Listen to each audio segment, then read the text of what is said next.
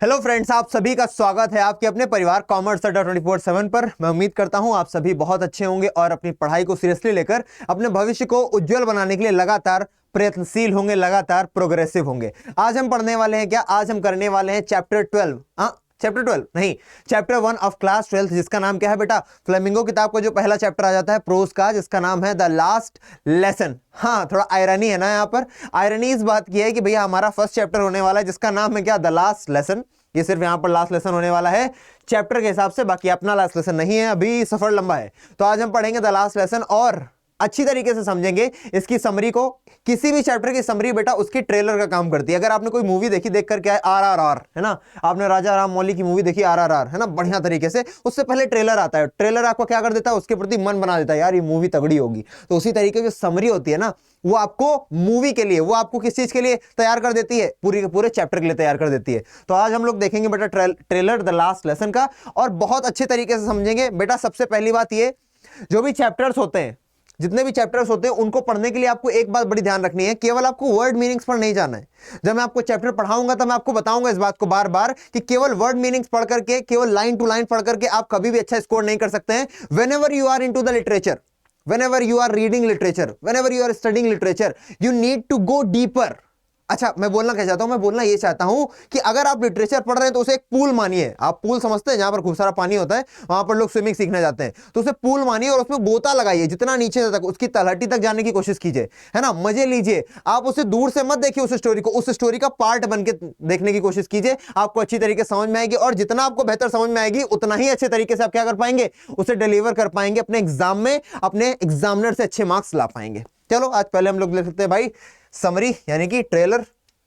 हाँ भाई, ये दिख रहा है कौन हमको? ये हमको दिख रहा है बच्चा। अब ये स्टोरी बेटा कौन नरेट कर रहा है? सबसे पहले उस नरेटर का नाम जान लेते हैं। तो स्टोरी को नरेट करने वाला यही बच्चा है, जिसका नाम क्या है? फ्रांज। अच्छा, फ्रांस नहीं, फ्रांज। अब ये स्टोरी का बैकग्राउंड क्या है बेटा? इस स्टोरी का बैकग्राउंड, अच्छा कुछ है नहीं, अभी आ जाएगा। इस स्टोरी का बैकग्राउंड क्या है? इस स्टोरी का बैकग्राउंड है फ्रेंच और प्रूशिया के बीच में जो वॉर हुआ था। फ्रांस और पर्शिया के बीच में जो वॉर हुआ था, वो है इसका बैकग्राउंड। यानी कि उस टाइम में, उस टाइमलाइन में ये लिखी गई स्टोरी है। तो उस टाइमलाइन में जब लिखी गई है, तो उस टाइमलाइन में ऐसा क्या हुआ, क्या बताना चाहता है राइटर, आपको ये जानना होगा। आखिरकार इस चैप्टर का नाम द लास्ट लेसन क्यों पड़ा, ये आपको जानना होगा। जब आप चैप्टर का नाम ऐसा क्यों है, चैप्टर आपको बताना क्या चाहता है, चैप्टर को लिखने वाले ऑथर के मन में क्या था जो आपको बता रहा है, जब आप ये सभी चीजें समझ लेते हो बेटा, तो आपके सामने चीजें क्लियर हो जाती हैं। जब आप क्यों, कब, कैसे जान लोगे, चीजें क्लियर हैं, उससे ज्यादा कुछ नहीं जानना है। तो आज हमें जानना है यही कि बेटा इसकी समरी होगी क्या। पहले हम थोड़ा सा वर्बली बता देते हैं, उसके बाद हम लाइन टू लाइन चलेंगे, फिर हम लोग चैप्टर रीडिंग करेंगे इसके आगे के पार्ट्स में। सबसे पहली बात बेटा ये कि ये फ्रेंच और प्रूशिया, फ्रांस और प्रूशिया के बीच में वॉर हो रहा है, पर्शिया के बीच में वॉर हो रहा है, और उसी वॉर के बीच में एक ऑर्डर आता है क्या? अब ऑर्डर कौन देगा? जो जीतेगा। हम सभी जानते हैं जो जीत जाता है वो हारने वाले के ऊपर ऑर्डर लगाता है, कभी उसके हिस्से छीन लेता है, कभी उसके ऊपर कुछ सैंक्शंस लगा देता है। तो ऑर्डर ऐसा किसने दिया? ऑर्डर दिया बर्लिन ने, क्योंकि भैया जो प्रूशिया है वो जर्मनी, पोलैंड और एक और छोटा सा देश है, उसको मिला करके बनता है। तो बेटा जर्मनी की जो राजधानी है बर्लिन, बर्लिन ने ऑर्डर क्या दिया? बर्लिन से ऑर्डर आया कि फ्रेंच यानी कि फ्रांस के जो दो डिस्ट्रिक्ट्स हैं, एक अल्सेज और एक लोरेन, कौन कौन से? एक अल्सेज और एक लोरेन, यहां पर अब फ्रेंच लैंग्वेज नहीं पढ़ाई जाएगी। क्या नहीं पढ़ाई जाएगी बेटा? फ्रेंच लैंग्वेज नहीं पढ़ाई जाएगी। तो क्या पढ़ाया जाएगा? अब पढ़ाई जाएगी वहां पर जर्मन लैंग्वेज, क्योंकि हम जीत गए, हम तानाशाह हैं, हम जर्मन्स हैं। तो जर्मन अब अपनी लैंग्वेज पढ़ाएंगे कहां पर? जो शहर, जो दो डिस्ट्रिक्ट उन्होंने जीत लिए, किससे बेटा? फ्रांस से। अब यही आपको चैप्टर बताने की कोशिश करेगा कि क्या प्रभाव पड़ता है, क्या इफेक्ट्स आते हैं भैया स्कूल के कैरिकुलम में, कि भैया जो पढ़ाई बच्चे पढ़ रहे थे, जो पढ़ाई कर रहे थे, जो वहां के लोग रहने वाले थे, उनके ऊपर क्या इंपैक्ट आएगा इस बात का कि उनकी लैंग्वेज उनसे छीन ली गई है और दूसरी लैंग्वेज उनके ऊपर इंपोज की जा रही है, उनके ऊपर दबाव करके डाली जा रही है, अब तुमको यही पढ़ना पड़ेगा। चलो बढ़ते हैं आगे।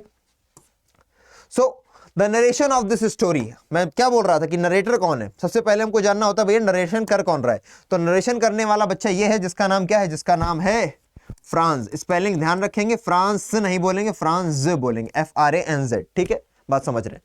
तो narration of this story is by a French boy. कहां का रहने वाला है ये? फ्रांस का रहने वाला है, जिसका नाम क्या है? फ्रांस है, जो कि कैसा लड़का है? अब लड़के के बारे में जान लो। अब जो नरेटर है, जो कहानी को बता रहा है, मान लो तुम ही फ्रांस हो, तुम कैसे हो?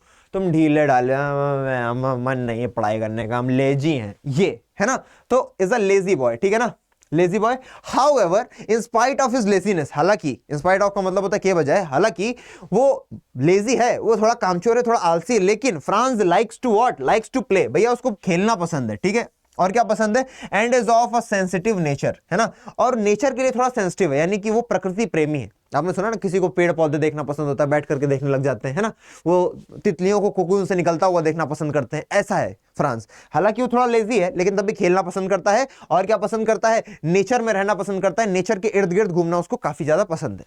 आगे फर्दर मोर, और आगे further, Franz hates his teacher. अच्छा यहां पर ये क्यों बताया जा रहा है अभी पता चलेगा। फ्रांस जो है वो अपने टीचर, जिनका नाम क्या है, एम हेमेल, है ना, उनके टीचर जो है बेटा उनका नाम है एम हेमेल, उनसे वो हेट करता है, उनको पसंद नहीं करता है, in his school and has no interest in studying French. पहली बात क्या बताई कि भैया जो फ्रांस है वो ना तो पसंद करता है यानी कि हेट करता है अपने टीचर को, दूसरी बात क्या है बेटा, इंटरेस्ट बिल्कुल नहीं लेता, किस बात में, takes no interest in studying French. वो जो फ्रेंच पढ़ाते हैं इसमें भी बिल्कुल भी इंटरेस्ट नहीं लेता है। क्या मेरी बात यहां तक समझ में आई, बिल्कुल समझ में आई, बहुत अच्छी बात है। अभी तक हमने इस वाक्य में जाना कि इस स्टोरी का जो नरेटर है उस बच्चे का नाम है फ्रांस, और ये जो फ्रांस है ये लेजी है लेकिन खेलना पसंद करता है, लेकिन ये थोड़ा सेंसिटिव है नेचर को लेकर के। और क्या बात पता चली इसके बारे में कि अपने टीचर एम हेमल से चिढ़ता है, उनको पसंद नहीं करता है, और जो लैंग्वेज है और जो स्टडीज है उनको पढ़ने में इसका बिल्कुल इंटरेस्ट नहीं है, अपनी लैंग्वेज फ्रेंच के बारे में बिल्कुल भी सीरियस नहीं है। बढ़ते हैं आगे। आगे हमने जाना an order has come from Berlin. मैंने जैसा कि अभी बताया था कि एक ऑर्डर, एक आदेश आया है। कहां से आया है, ऑर्डर बोले तो क्या, आदेश, सिंपल वर्ड, राइट। एक आदेश आया है, कहां से, एक आदेश आया है बर्लिन से। अब बर्लिन से ऑर्डर क्यों आ गया भाई, बर्लिन से ऑर्डर इसलिए आ गया ना क्योंकि बर्लिन जीता है भाई, जर्मनी जीता है तो बर्लिन से ही ऑर्डर आएगा। बर्लिन से ऑर्डर आया है after taking over the districts of Alsace and Lorraine. नाम याद रखना है इनका, अल्सेज एंड लोरेन। कब आया है ऑर्डर, जब उन्होंने टेक ओवर कर लिया है, जब उन्होंने हड़प लिया है। किन्होंने हड़प लिया, पर्शिया ने फ्रांस के दो डिस्ट्रिक्ट को हड़प लिया है, पहला है अल्सेज, दूसरा है लोरेन। और फिर ऑर्डर क्या दिया, ऑर्डर ये दिया in France that the German language rather than the French should be taught in the schools there, कि भैया अब से यहां पर केवल और केवल कौन सी लैंग्वेज पढ़ाई जाएगी भैया, जर्मन लैंग्वेज पढ़ाई जाएगी। किसकी जगह पर, फ्रेंच लैंग्वेज की जगह पर।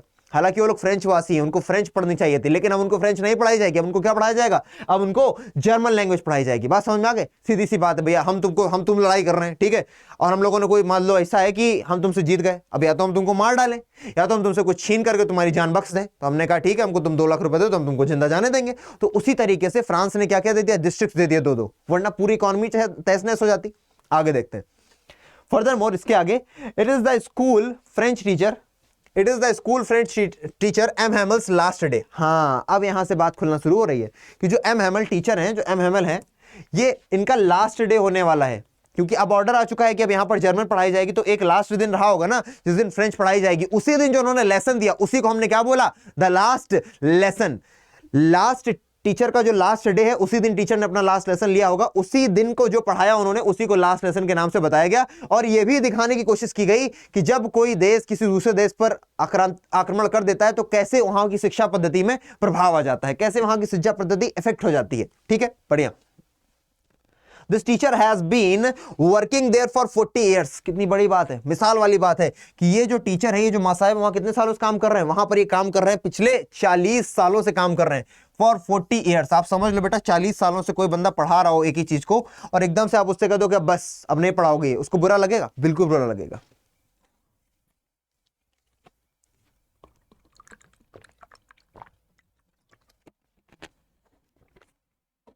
हाँ भाई।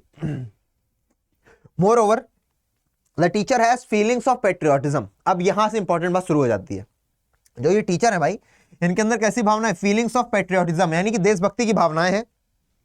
He is also full of nostalgia. Nostalgia का मतलब क्या होता है बेटा? नॉस्टैल्जिया का मतलब होता है लॉन्गिंग फॉर द पास्ट, या फिर आप इसे बोल सकते हो होम सिकनेस। जब आप अपने पुरानी चीजों के लिए काफी ज्यादा लॉन्गिंग करते हो कि यार ये मुझे होता, मेरे पास वो होता। मान लो मैं आपको अगर एग्जांपल के तौर पर बताऊं कि मान लो आपने 12th के बाद, वैसे आप लोग कॉमर्स के बच्चे हो लेकिन तभी वो लोग भी जा सकते हैं, मान लो आपने 12th के बाद क्या किया, आप लोग 12th के बाद एनडीए का एग्जाम दे दिया आपने, है ना, नेशनल डिफेंस एकेडमी, आपका सिलेक्शन हो गया। अब उसके बाद आपकी 4 साल की ट्रेनिंग होगी। कितने साल की? 4 साल की, जिसमें बेटा 6-6 महीने की टर्म डिवाइडेड होंगे। 6 महीने के बाद 1 महीने की छुट्टी मिलेगी। तो अगर इन 6 महीनों में आपको घर की याद आएगी तो आप क्या करोगे? आप नॉस्टैल्जिया फील करोगे। कैसा फील करोगे? नॉस्टैल्जिया, जिसको ये भी बोल सकते हैं बेटा होम सिकनेस फील करोगे, नॉस्टैल्जिक फील करोगे और होम सिकनेस फील करोगे। बात समझ गए? बिल्कुल। आ जाओ देखते हैं फीलिंग्स ऑफ पेट्रियटिज्म, भाई जो टीचर हैं इनके, ये जो एम हेमल है, इनके अंदर देशभक्ति की भावना है, साथ ही साथ he is also full of nostalgia, उनके पास नॉस्टैल्जिया यानी कि वो पुरानी यादें उनको याद आ रही हैं कि यार पहले हम पढ़ाया करते थे, यहाँ पर पढ़ाएंगे, उनको जाना है ना छोड़ करके, तो नॉस्टैल्जिया तो फील होगा ना। जब आप कोई चीज को छोड़ रहे होते हो तो उसके प्रति आपकी लॉन्गिंग बढ़ जाती है, समझ रहे हो। फिर ग्रीफ, और उनके अंदर दुख भी है। दुख इस बात का कि यार फ्रांस हार गया और जर्मनी जीत गया, और जर्मनी ने जीत करके क्या किया, अल्सेज और लोरेन को अपने हड़प लिया और वहां पर क्या इंपोज कर दिया, जर्मन लैंग्वेज को इंपोज कर दिया। तो ये बात इनको अच्छी नहीं लग रही, इसलिए सैड फील कर रहे हैं। The village man also attend his last lesson so as to honour and respect him, और जो विलेज मैन है, जो गांव के लोग हैं, उन्होंने भी क्या किया, जो गांव के लोग हैं, ऑल्सो अटेंड हिज लास्ट, उन्होंने भी क्या किया, उनके लास्ट लेसन को, जो उन्होंने आखिरी दिन पढ़ाया था, जिसके अगले दिन से वहां पर जर्मन पढ़ाई जाने वाली थी, जो भी उन्होंने पढ़ाया उस क्लास को किसने अटेंड किया बेटा, विलेज मैन ने भी। वैसे गांव के लोग नहीं आते थे, वैसे कि सिर्फ बच्चे पढ़ने आते थे, लेकिन क्यों आए उस दिन आखिरकार किसान लोग, जो भी विलेज के लोग थे, जो भी वहां पर काम करते थे, वो लोग क्यों आए, क्या क्यों आए भाई, so as to honour and respect him, किस लिए आए बेटा, उनको ऑनर करने के लिए और उनको रिस्पेक्ट करने के लिए। किसको, एम हेमल को, क्योंकि एम हेमल वहां पर 40 सालों से अपनी सतत सेवाएं दे रहे थे, 40 सालों से बढ़िया तरीके से पढ़ा रहे थे। अब जब उन्होंने अपनी 40 सालों तक सेवा दे ली थी, तब उसके बाद क्या हुआ, उसके बाद सभी उनको रिस्पेक्ट देने आए थे, और इसलिए भी रिस्पेक्ट देने आए थे क्योंकि अब बताएं, जानना चाहते हो, क्योंकि उन्होंने भी कभी ना कभी लैंग्वेज को फॉर ग्रांटेड लिया था, उतनी ज्यादा तवज्जो नहीं दी थी, लेकिन अब उनको समझ में आ रहा था कि लैंग्वेज कितनी ज्यादा जरूरी होती है उनकी यूनिटी के लिए, उनके कल्चरल हेरिटेज के लिए, उनके लोगों के लिए एकता के लिए कितनी ज्यादा इंपॉर्टेंट होती है एक लैंग्वेज। लेकिन अब उनको यह बात समझ में आ रही थी जब उनकी लैंग्वेज उनसे छीनी जा रही थी। आगे बढ़ते हैं बेटा, ये लोग अटेंड करने आए so as to honour and respect him, किसको, एम हेमल को। The village is regretting and is sad that they didn't learn their mother tongue in their childhood, इसलिए वो सभी दुखी हैं क्योंकि उन्होंने डिडंट लर्न, उन्होंने नहीं याद किया, नहीं पढ़ा, देयर मदर टंग, उन्होंने अपनी मातृभाषा नहीं पढ़ी, इन देयर चाइल्डहुड, अपने बचपने में। दिस इज द रीजन जिसके लिए वो सभी कहां आए हुए हैं, टीचर की लास्ट क्लास में आए हुए हैं। यहां तक आपको बात समझ में आ गई, बहुत अच्छी बात है। बढ़ते हैं आगे। France receives a big shock when he learns that this is his last lesson in French, उसको बहुत बड़ा झटका लगता है, एकदम से ऐसा लगता है कि ये क्या हो गया, वज्रपात हो गया, हिंदी में बोलते हैं ना एकदम वज्रपात हो गया। वज्रपात का मतलब होता है ऐसे बिजली गिर गई, जैसे कि बहुत ज्यादा सन्नाटा छा गया, आश्चर्यचकित हो जाना। तो बेटा फ्रांस क्या हुआ, एकदम शॉक में आ गया, एकदम आश्चर्यचकित हो गया, किस बात के, जब उसको पता चला। अच्छा लर्न्स, बेटा लर्न का मतलब यह भी होता है कोई चीज का पता लगना, और लर्न का मतलब यह भी होता है याद करना। जब आप अगर बोलना चाहते हो ना कि मुझे तो अभी तुम्हारी शादी का पता चला, I just learn about your marriage, आप बोल सकते हो मुझे तुम्हारी शादी का अभी पता चला, I just learn about your marriage, ऐसा नहीं कि मैंने तुम्हारी शादी को याद किया, ठीक है ना, याद रखेंगे। तो France receives a big shock when he learns that this is his last lesson in French, कि ये उसका क्या होने वाला है, लास्ट लेसन होने वाला है। कहां पर बेटा, फ्रेंच में। He is shocked because he does not know French, वो बहुत ज्यादा एकदम से शॉक्ड हो गया था क्योंकि उसको फ्रेंच लैंग्वेज नहीं आती थी। Furthermore, on learning about the last lesson, a sudden interest arises in him for learning French. अब जब उसको पता चल रहा है कि आज जो क्लास पढ़ने वाले हैं ये लास्ट क्लास होने वाली फ्रेंच की, तो क्या हुआ उसके अंदर, a sudden interest अराइजेज, यानी कि उसके अंदर उत्पन्न होता है, उसके अंदर क्रिएट होता है, उसके अंदर क्या बनता है बेटा, एक एकदम से लॉन्गिंग बनती है कि यार मुझे पढ़नी है फ्रेंच, है ना। जब आप, वही बात है कि अब फ्रेंच लैंग्वेज जब दूर जा रही है, जब मुझसे नोची जा रही है, दूर की जा रही है, तब उसको लग रहा है नहीं मुझे फ्रेंच पढ़नी, नहीं मुझे फ्रेंच पढ़नी है। वही उसके साथ भी हुआ कि सडन इंटरेस्ट उसके अंदर डेवलप हुआ, किस चीज के लिए बेटा, लर्न करने के लिए, सीखने के लिए, क्या, फ्रेंच लैंग्वेज को। More over he page careful attention and learns everything taught on this last day. कितनी मजे की बात है, अभी तक वही फ्रांस बच्चा जो रोज क्लासेस को कहता है बोरिंग है, नहीं मजा आ रहा है, टीचर अच्छा नहीं है, फ्रांस को हेट कराए, टीचर कोसिंग है, ये पढ़ा नहीं पाता है, बेकार टीचर है। आज क्या हो रहा है, आज उसको मजा आ रही है, यार कितना बढ़िया पढ़ा रहे हैं सर, कितना बढ़िया फ्रेंच लैंग्वेज है, कितनी अच्छी है, कितना ज्यादा पढ़ने योग्य लैंग्वेज है, क्योंकि अब उससे लैंग्वेज छीनी जा रही है। वही बात होती है, जब तक चीजें हमारे पास होती हैं तब तक हम उनकी वैल्यू नहीं करते, लेकिन जब वही चीजें हमसे छीन ली जाती हैं तो हम उनकी वैल्यू करना स्टार्ट कर देते हैं। ये भी एक मैसेज है जो आपको दिया जा रहा है इस स्टोरी के माध्यम से। So keep this with you। आगे, instantly he develops liking for the teacher M Hamel। अब क्या हुआ, अभी तक क्या बोला गया था भैया कि M Hamel यही टीचर है, इनको क्या करता था, वो हेट करता था, लेकिन जब उसको पता चला लास्ट फ्रेंच क्लास है तो क्या हुआ भैया, डेवलप्स लाइकिंग, यानी कि उनको क्या कर रहा है, पसंद करने लग रहा है, for the teacher M Hamel, है ना, टीचर के लिए उसके मन में लाइकिंग यानी कि पसंद की भावना रही है, टीचर तो अच्छे हैं, क्यों, 40 साल से पढ़ा रहे हैं, मेहनत करके पढ़ा रहे हैं, लगातार पढ़ा रहे हैं, अपना पूरा 100% देते हैं पढ़ाने में। His feelings of hatred for him suddenly came to an end। जितनी भी उसके मन में भावनाएं थी कि यार टीचर बेकार है, यार इससे नहीं पढ़ना, इससे अच्छे तो बहुत कोई भी पढ़ा देगा, एकदम से भावनाएं खत्म हो गई। उसको लगा यार बहुत अच्छा पढ़ाते हैं ये तो, मैंने ही कभी ध्यान नहीं दिया, ये सारी भावनाएं उसके अंदर डेवलप होने लगी।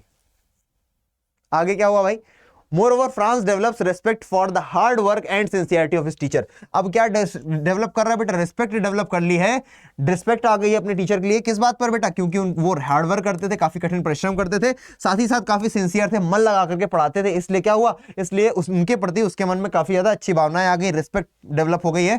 फ्रांस इज सैड, अब क्या है, फ्रांस दुखी है, और भैया अशेम्ड, और शर्मिंदा है अपने हालत पर, for being unable to recite his lesson. अच्छा, लेसन वाली क्या बात आती है, टीचर ने कहा था, एमएमएल ने कहा था पिछले दिन, लास्ट क्लास से पीछे वाले दिन, कि भैया तुम लोग पार्टिसिपल याद करके आना। अब ये पढ़ के नहीं गया था, इसलिए रिसाइट का मतलब क्या होता है, रिसाइट का मतलब होता है speak.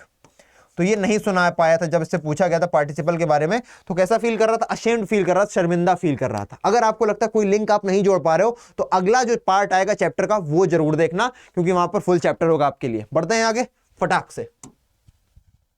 Hemal explains that they all are at fault. अब हेमल जो टीचर है क्या कहते हैं भैया, उन्होंने कहा, एक्सप्लेन क्या किया भैया, that they all are at fault, कि वो सभी के सभी फॉल्ट में, सभी की सभी की गलती है, for lacking eagerness to learn, उन सभी में सीखने की कमी है, उन सभी के अंदर सीखने की एक ललक होनी चाहिए कि मुझे तो सीखना है यार, मैं तो सीख के रहूंगा अपनी लैंग्वेज, लेकिन उनके अंदर सीखने की क्या थी, कमी थी। ऑल एट फॉल्ट, सभी के सभी की गलती है, for lacking eagerness to learn, उन सभी में क्यूरियोसिटी की कमी थी, उन सभी के अंदर जिज्ञासा की कमी थी अपनी लैंग्वेज को याद करने की, अपनी लैंग्वेज को पढ़ने के लिए। फर्दर मोर, आगे बढ़ के कहते हैं क्या, he also includes himself in this fault, और वो कहते हैं कि मेरी भी गलती है, सिर्फ गांव वालों की, सिर्फ तुम्हारी गलती नहीं, सिर्फ तुम्हारे पेरेंट्स की गलती नहीं, सिर्फ सोसाइटी की गलती नहीं, मेरी भी गलती है। उन्होंने अपने आप को भी फॉल्ट में बोला। he blames himself for lack of sincerity in teaching them। क्या बोल रहे हैं वो अपने लिए बोल रहे हैं कि मैंने सिंसियरिटी उतनी नहीं दिखाई। टीचर का बड़प्पन देखो, हालांकि उन्होंने बहुत सिंसियरिटी दिखाई, पर वो सबको ब्लेम कर रहे हैं, तो अपने आप को भी इसमें इंक्लूड कर रहे हैं कि मैंने भी शायद कभी ना कभी इतनी ज्यादा सिंसियरिटी नहीं दिखाई तुम लोगों को पढ़ाने में, इसलिए भी शायद तुम लोगों की ये हाल है कि तुम लोग अच्छी तरीके से नहीं आते हैं यहाँ चीजें। बढ़ते हैं आगे। There is a reflection of his patriotism. There is a reflection of his patriotism in his praise for what? In his praise for French language. He says that French language is the most logical and beautiful language in the world. अब देखो किस चीज का यहाँ पर reflection मिला, किस चीज की हम लोग को यहाँ पर पता चली, हमें यहाँ पर पता चल रहा है कि जो एम हेमल है उनके अंदर पेट्रियोटिज्म की बहुत सारी भावनाएं हैं। In his praise for the French language, क्योंकि वो फ्रेंच लैंग्वेज क्या कर रहे हैं, प्रेज कर रहे हैं। ही सेज, वो कहते हैं that the French language is the most logical and beautiful language in the world, कि जो फ्रेंच लैंग्वेज है ना वो कैसी लैंग्वेज है बेटा, मोस्ट लॉजिकल, सबसे लॉजिकल लैंग्वेज है और सबसे ज्यादा खूबसूरत लैंग्वेज है इस पूरे संसार में। It seems that M Hamel got emotional, ऐसा लगता है मानो एम हेमल जो है टीचर है काफी ज्यादा इमोशनल हो गए। किस बात पर, ऑन दिस ओकेजन, इस ओकेजन पर वो बहुत ज्यादा इमोशनल हो गए हैं। Furthermore, he asked the class to guard their language, और वो बाकी सबसे क्या बोलते हैं, पूरी की पूरी क्लास से, जो भी वहां पर बच्चे बैठे, जो भी गांव के वासी बैठे, क्या बोलते हैं, guard their language, अपनी भाषा की सुरक्षा करो, ठीक है ना।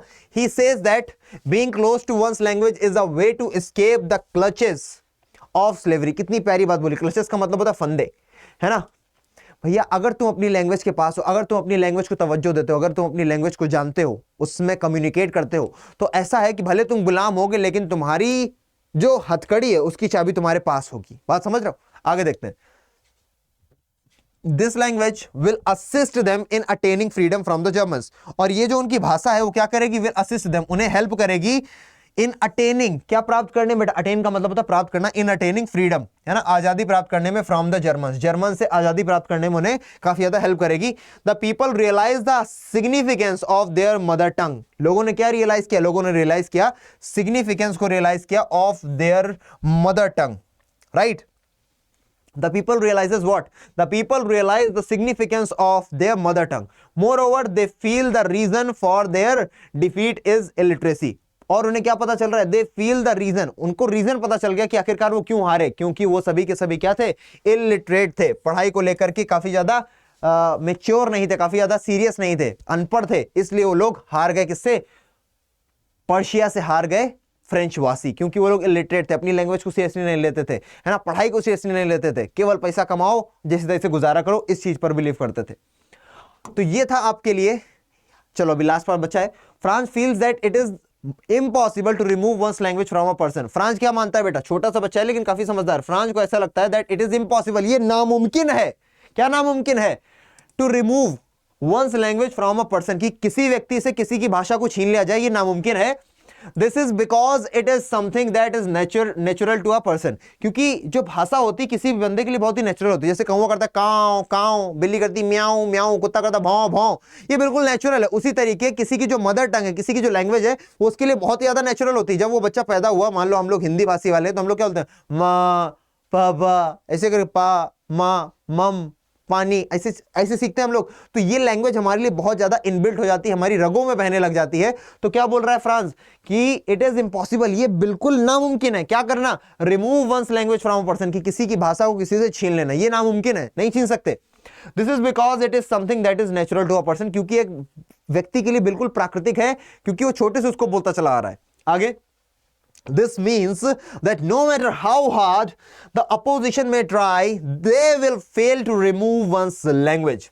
इसका यह तात्पर्य है that no matter how hard the opposition may try, भले अपोजिशन कितना ही ट्राई क्यों ना कर ले, they will fail, वो किस चीज में फेल कर जाएंगे? to remove one's language, अपनी लैंग्वेज को, किसी की भी लैंग्वेज को उनसे छीनने में क्या करेंगे? वो फेल हो जाएंगे, भले ही वो कितना ही प्रयास क्यों ना कर लें। ये फ्रांस हमें कहना चाहता है, क्योंकि जो लैंग्वेज होती है किसी भी बंदे के लिए बहुत ही ज्यादा नेचुरल होती है।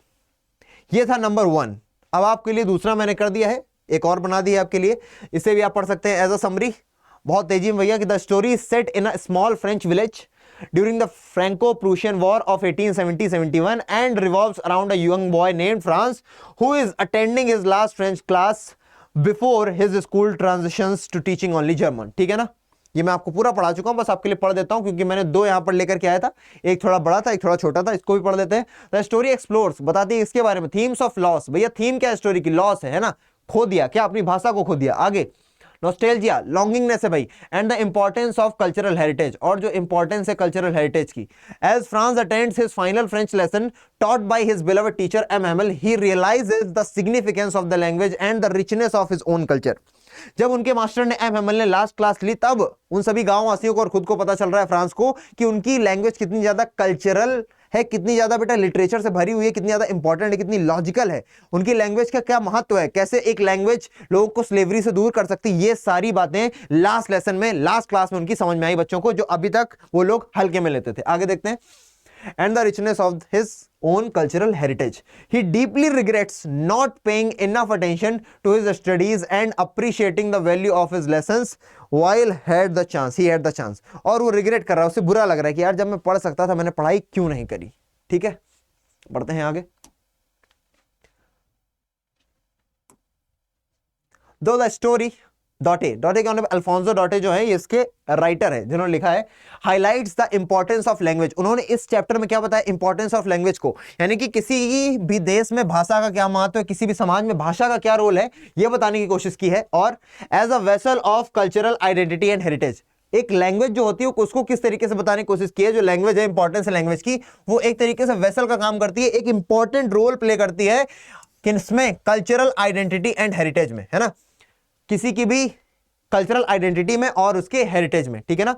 The story serves as a reminder to appreciate and value one's language. ये जो स्टोरी है क्या बताती है कि जैसे 2 देशों में वॉर होता है, कभी भी उनकी लैंग्वेज छीन ली जाती है, तो हमें अपनी लैंग्वेज को क्या करना है? हमें अपनी लैंग्वेज को हल्के में नहीं लेना है, उसे प्रॉपर रिस्पेक्ट देनी है, ताकि क्या हो सके, ताकि आप अगर कभी ऐसा मौका आए तो आप ये ना आपके मन में मना रहे कि मैं अपनी लैंग्वेज को अच्छे से नहीं पढ़ पाया। ठीक है। As well as the opportunities for learning and education that may be taken for granted। और यह भी बताया कि जो आपको अवसर मिलते हैं पढ़ाई करने के, है ना, लर्निंग के, और किसके बेटा? एडुकेशन के, या एजुकेशन जो बोलते हो आप, that may be taken for granted, उन्हें भैया हल्के में नहीं लेना चाहिए। ठीक है ना, उन्हें सीरियसली लेना चाहिए जो भी आपको पढ़ने के अवसर प्राप्त होते हैं। तो यहां से आपकी खत्म होती है स्टोरी। आपका बहुत बहुत धन्यवाद। आप लोग कमेंट सेक्शन में जरूर बताएंगे आपको कैसा लगा ये वीडियो। अगर आपको अच्छा लगा तो कमेंट सेक्शन में लिखना नहीं बोलेंगे। आदित्यम शरणम गच्छामि। इसी तरीके के धमाकेदार वीडियोस के लिए जुड़े रहिए कॉमर्स अड्डा 24/7 के साथ। रोज आपसे मिलेंगे इसी तरीके के बढ़िया वीडियोस के साथ। क्लास 12th और क्लास 11th की भरपूर तैयारी कराएंगे। बाद में CUET में भी आप लोग मिल करके फोड़ेंगे और अच्छे से अच्छे मार्क्स पाएंगे, और DU में जाएंगे, JNU में जाएंगे, अच्छी से अच्छी यूनिवर्सिटी में जाएंगे। एट लास्ट मैं यही कहूंगा, अपनों का और अपना ख्याल रखें, अपने शरीर का भी ध्यान रखें, रनिंग करें, अपने दोस्तों के साथ खेलें। पढ़ाई जिंदगी नहीं है, पढ़ाई से हटकर भी चीजें करें, जीवन के बारे में सीखें, कैसे रनिंग करनी, कैसे स्विमिंग करनी, कैसे बाइक चलानी, कैसे कार चलानी है, सभी चीजों के बारे में जानें और सोशली एडेप्टेबल बने, समाज में झुक करके चलें, क्योंकि हम सभी कहीं ना कहीं एक दूसरे से जुड़े हुए हैं। मिलते हैं अगली क्लास में, तब तक के लिए जय हिंद।